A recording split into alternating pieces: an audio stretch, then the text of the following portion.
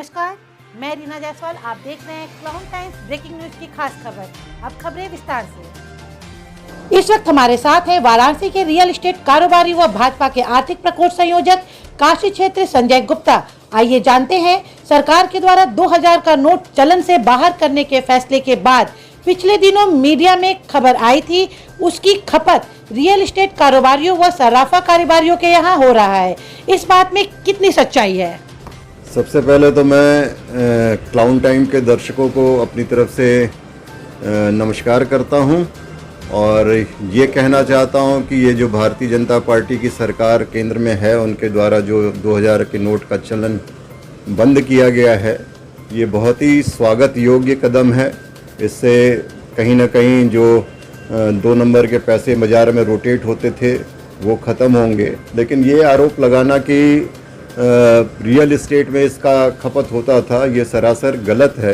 क्योंकि जहाँ तक मैं बनारस की बात करता हूँ, बनारस में रियल एस्टेट में जो भी सर्किल रेट है वो सरकार तय करती है।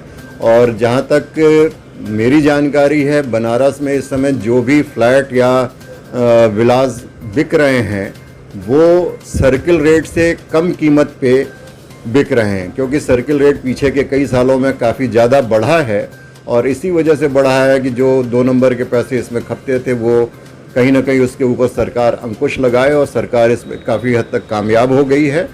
और जो भी रियल एस्टेट में फ्लैट परचेज़ करता है या मकान परचेज़ करता है, मैक्सिमम पैसा वो चेक से ही देता है। मैक्सिमम क्या, पूरा पैसा वो चेक से देता है और तभी उसकी रजिस्ट्री होती है। तो इसमें किसी भी तरह के नगद लेन देन की संभावना सरकार ने ख़त्म कर दी है। गुप्ता जी, सुबह की योगी सरकार जीरो टॉलरेंस की बात कर रही है।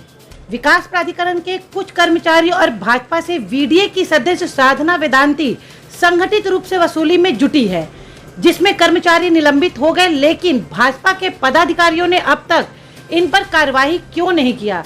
योगी सरकार इन्हें निकाल क्यों नहीं रही है? इस पर आप क्या कहना चाहेंगे? तो मैं ये सिर्फ कहना चाहता हूँ कि किसी भी बात का कोई पुख्ता प्रमाण नहीं है। सिर्फ किसी की आवाज़ का जो एक दूसरा आदमी है वो वीडियो का कर्मचारी अपने आप को बताता है और उसकी ऑडियो वायरल है कि वो किसी का नाम लेकर के जो भाजपा पदाधिकारी हैं वो वसूली की बात कर रहा है। तो इस बारे में कोई ठोस सबूत नहीं है। अगर कोई भी पीड़ित है वीडीए पक्ष की तरफ से, जो भी हमारे भारतीय जनता पार्टी के सदस्य हैं, तो पहली बात तो ऐसा कोई कर नहीं रहा है। जो भी सदस्य हैं काफ़ी सम्मानित लोग हैं। अगर किसी तरह की किसी को कोई असुविधा है तो वो वीडीए में या उचित फोरम में उसकी उसके ऊपर कार्रवाई करने की मांग कर सकता है और जो सक्षम अधिकारी होगा उसका जांच करा के जो भी होगा वो उसमें कार्रवाई करेगा। गुप्ता जी, भ्रष्टाचार की बात की जाए तो भ्रष्टाचार पूरे चरम पर है। किसी एक रियल एस्टेट कारोबारी का नाम बताइए जो बिना पैसे दिए काम करा ले, और इस पर क्या कहना चाहेंगे?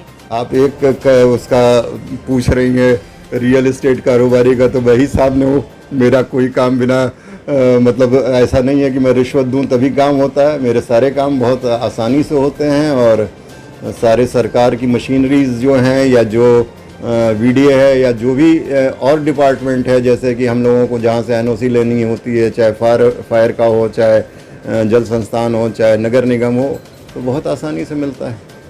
कहीं कोई पैसे की डिमांड नहीं होती।